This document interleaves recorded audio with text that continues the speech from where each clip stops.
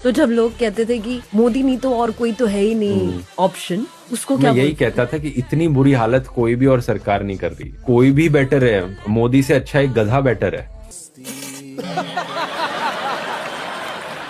मुझे समझ में नहीं आता इतने दोगले प्रधानमंत्री को कोई सपोर्ट कैसे कर सकता है। अगर ये फकीरी वाली बात भी नहीं बैठती लोगों में, तो इस सब के बाद अगला हथियार आता है कि इनको भगवान का अवतार ही बना दो। ये एक बार नहीं, दो बार नहीं, बल्कि कितनी बार कितने नेताओं ने बार बार प्रधानमंत्री मोदी को भगवान से कंपेयर किया। आप में से जो लोग नरेंद्र मोदी को अभी भी सपोर्ट करते हैं, उनकी भयंकर तरीके से आंखें खुलने वाली है। आएगा मजा। और अभी तो एक बहुत बेहतरीन मौका मिला है। हमारे फॉर्मर सुप्रीम कोर्ट के जजेस ने राहुल गांधी और नरेंद्र मोदी दोनों को एक 1-on-1 डिबेट के लिए इनवाइट किया है। राहुल गांधी तो इस इनविटेशन को ऑलरेडी एक्सेप्ट कर चुके हैं। आएगा मजा। हालांकि अगर आप इस टाइप के लोगों में से हो जो प्रधानमंत्री मोदी को अपना भगवान मानते हैं, वो भगवान है हमारे, हम उनकी पूजा करते हैं। जनता को कहते हैं पेट्रोल डीजल कम इस्तेमाल करो, इलेक्ट्रिक गाड़ियां खरीदो, और खुद यहाँ पर 100 गाड़ियों की कॉन्वॉय चला रखी है। Coming to us from sources that the Prime Minister has ordered a cut of the number of vehicles in his convoy. That's right. मतलब जो दूसरों को कह रहे हो करने को, पहले खुद उन चीजों को करो। आइए देखते हैं, मजा आएगा। और अभी तो एक बहुत बेहतरीन मौका मिला है। हमारे फॉर्मर सुप्रीम कोर्ट के जजेस ने राहुल गांधी और नरेंद्र मोदी दोनों को एक 1-on-1 डिबेट के लिए इनवाइट किया है। राहुल गांधी तो इस इनविटेशन को ऑलरेडी एक्सेप्ट कर चुके हैं, लेकिन नरेंद्र मोदी अभी भी चुप है। खत्म। अगर ऐसा होता है तो जनता के लिए भी एक बड़ा सीधा मौका होगा देखने का कि नरेंद्र मोदी और राहुल गांधी में से कौन ज्यादा समझदार है, कौन ज्यादा इंटेलिजेंट है और कौन ज्यादा केपेबल लीडर है देश के लिए। मुझे क्रेडिट नहीं चाहिए। लेकिन नरेंद्र मोदी अगर इस डिबेट से भागते हैं और जवाब ही नहीं देते, तो समझ जाना कौन यहाँ पर बेहतर है। इस सज्जन को क्या तकलीफ है भाई? आपने नरेंद्र मोदी जी का आजकल चेहरा देखा है? आंख में आंख नहीं मिला पाता। मैं उसकी आंख में देखता हूँ, नीचे देखता है, उधर देखता है, ऊपर नीचे देखता रहता है। देश को कहा था 56 इंच की छाती है। मजाक है, मजाक। हालांकि अगर आप इस टाइप के लोगों में से हो जो प्रधानमंत्री मोदी को अपना भगवान मानते हैं, वो भगवान है हमारे, हम उनकी पूजा करते हैं। वाह वाह वाह वाह वाह वाह वाह। प्राइम मिनिस्टर मोदी वो हमारे लिए एक अवतार है, वो एक साधारण मनुष्य नहीं है। मस्त जोक मारा रे। प्रधानमंत्री इस देश के भगवान विष्णु का अवतार है। या फिर आप इस टाइप के लोगों में से हो जिन्हें लगता है कि मोदी जी ने किया है तो कुछ सोचकर ही किया होगा। आप अपना दिल ऑलरेडी मोदी जी को दे चुके हो। चलो भाई देखो, मोदी हमारा पति, हमारा भाई, हमारा बाप, हमारा गुरु है। बोलने दे।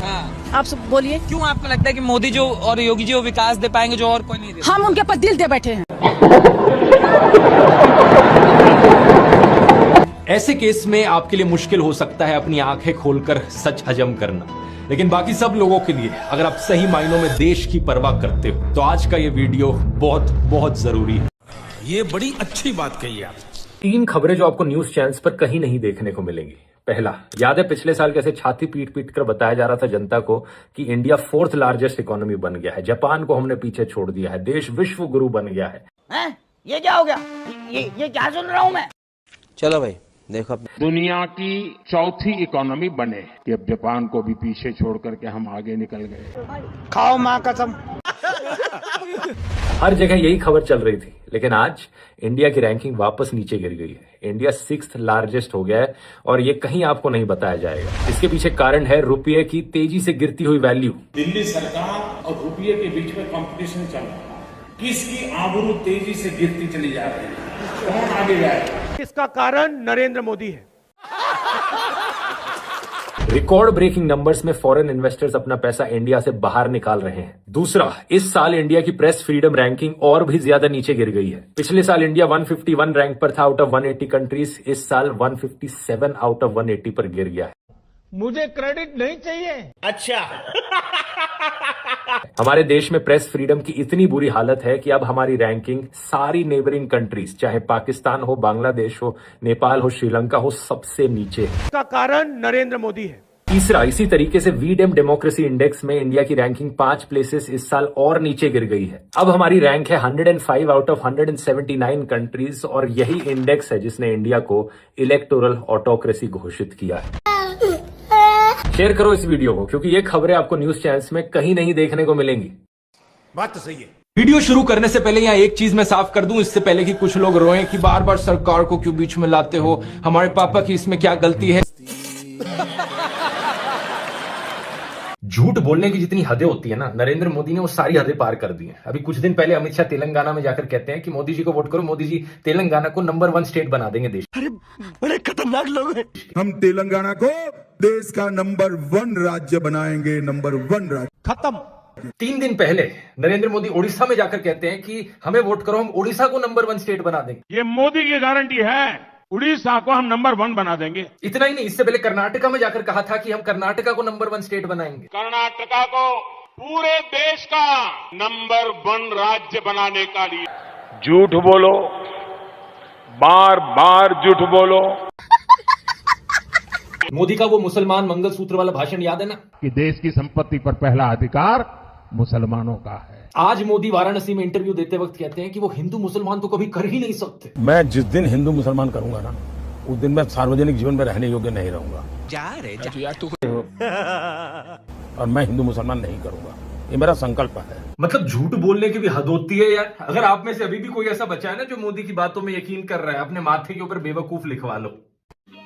समझ रहे हो, समझ रहे हो आप? एनडीटीवी आखिरी टीवी चैनल था जो हिम्मत करता था सरकार से सवाल करने की। अल्टीमेटली उसे भी प्रधानमंत्री मोदी के दोस्त गौतम अडानी ने खरीद ली। गजब बेइज्जती है।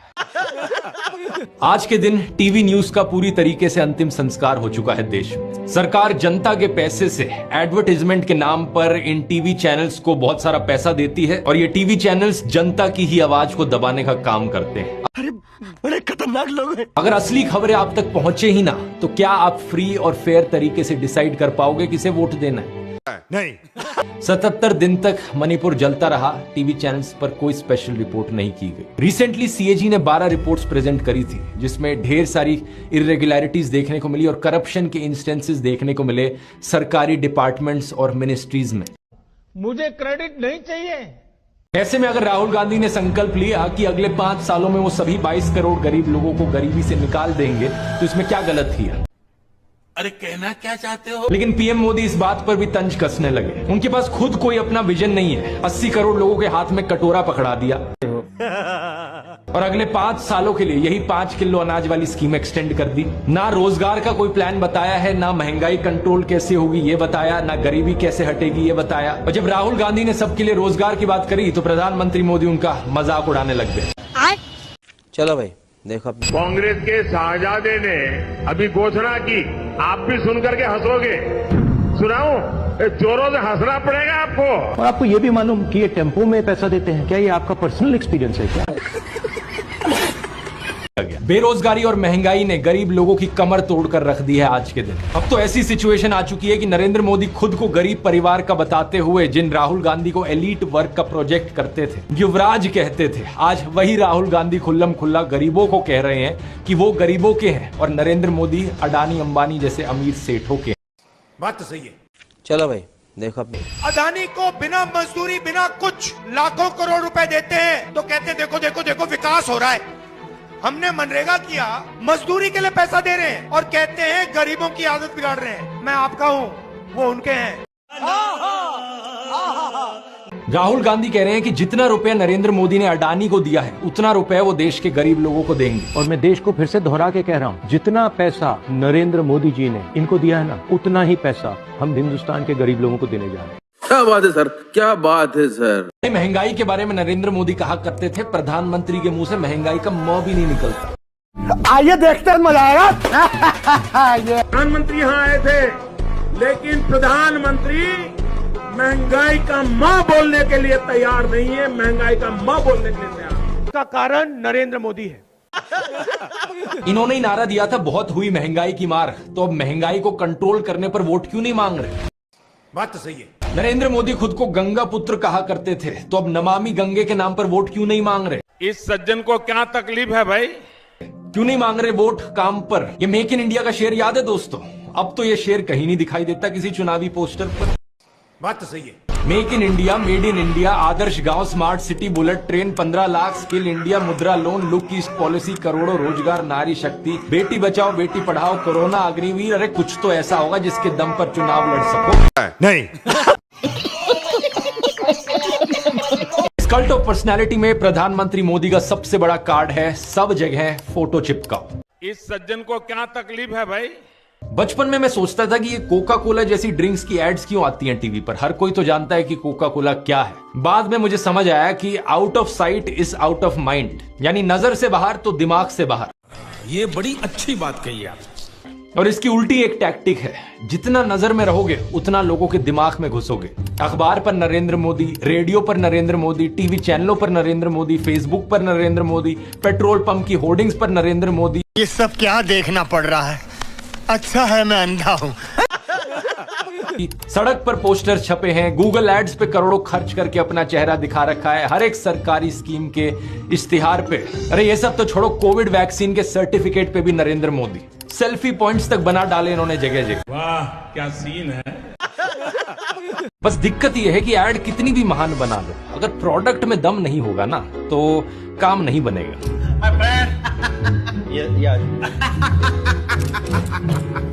सपना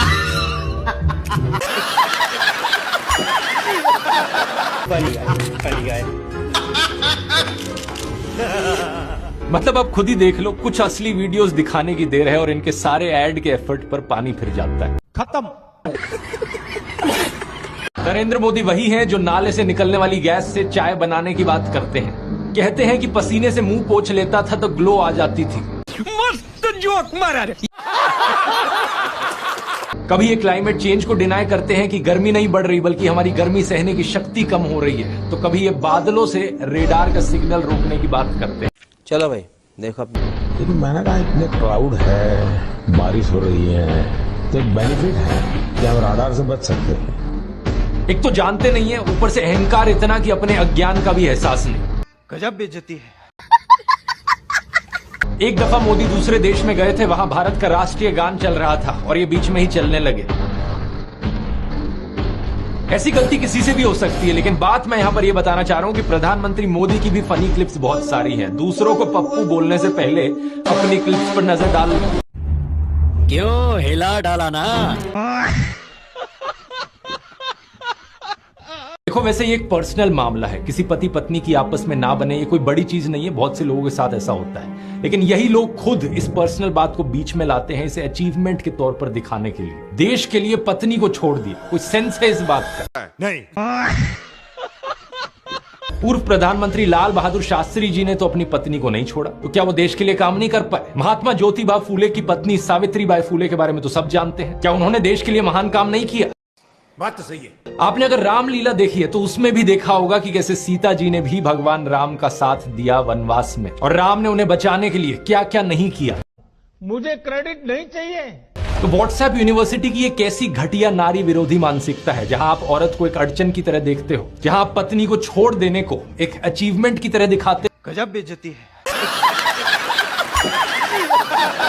ऐसा कैसे हो सकता है कि एक पॉलिटिशियन को लेकर लोग इतने अंधे हो गए हैं? बीजेपी के टिकट पर तो कुत्ता भी खड़ा हो जाए हम जिता देंगे। ये सच है, अगर कुत्ता भी आएगा उसको भी जिताएंगे। ये तो फिर अंधविश्वास नहीं, भक्त हैं। अंधविश्वास नहीं है, हम भक्त हैं। नरेंद्र मोदी के बचपन की ये फोटो देखिए। वे 1950 यानी 1950 में पैदा हुए थे। क्या उस समय किसी गरीब परिवार में पैदा हुए बच्चे के पास ऐसे कपड़े होंगे? ये भगवान क्या जुल्म है। मैं खुद 1994 में एक मिडिल क्लास फैमिली में पैदा हुआ हूं, लेकिन मेरी तो बचपन की ऐसी कोई फोटो नहीं मिलेगी आपको जिसमें मैंने कोई सूट पहन रखा। इंडिया टुडे ने इनकी पुराने घर की एक फोटो पब्लिश करी थी, स्क्रीन पर देखिए। बहुत बड़ा घर नहीं है, लेकिन क्या आपको ये 1950s के किसी बहुत गरीब परिवार का घर दिखता है? इस सज्जन को क्या तकलीफ है भाई? बचपन में जब पहली बार कोलकाता आया तो एक आकर्षण था, जरा मैं मेट्रो देखूं। प्रॉब्लम बस ये है कि कोलकाता मेट्रो 1984 में शुरू हुई थी जब ये 34 साल के थे। अब बताओ दोस्तों, 34 साल का कोई बच्चा देखा है आपने कभी?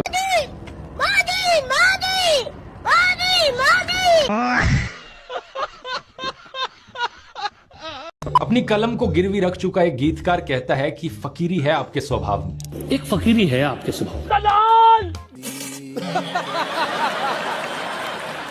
कभी नरेंद्र मोदी खुद ही कहते हैं कि हम तो फकीर आदमी हैं, झोला उठाकर चल पड़ेंगे। अरे हम तो फकीर आदमी हैं, झोला लेके चल पड़ेंगे। मस्त जोक मारा रे। लेकिन पूरी दुनिया में आपने ऐसा कोई फकीर देखा है जो 1,40,000 का चश्मा लगाता हो? इस सज्जन को क्या तकलीफ है भाई? अपनी बूढ़ी माँ को नोटबंदी के लिए लाइन में खड़ा कर दिया और खुद घूमते हैं 12 करोड़ की मर्सिडीज में।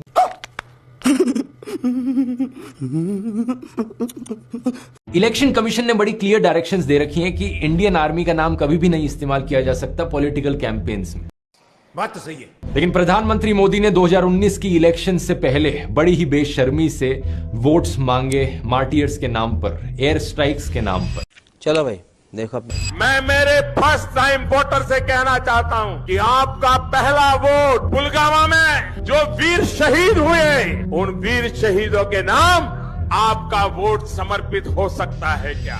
वाह वाह वाह वाह वाह वाह वाह। उत्तर प्रदेश के चीफ मिनिस्टर आदित्यनाथ तो इस हद तक पहुंच गए कि उन्होंने इंडियन आर्मी को मोदी जी की सेना बुला दिया।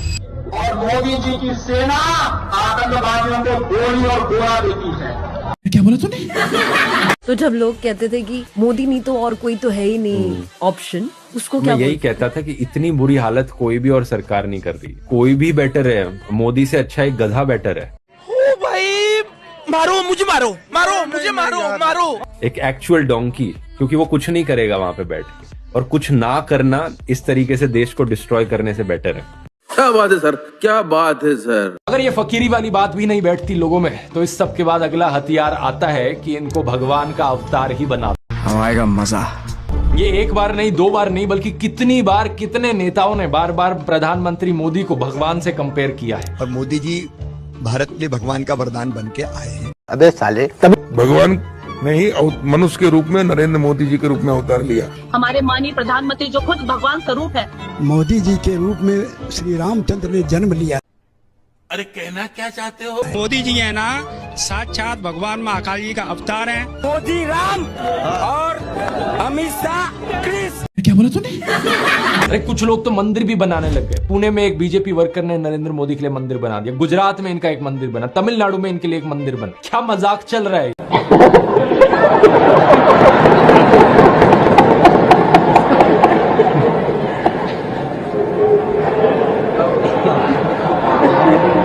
देखो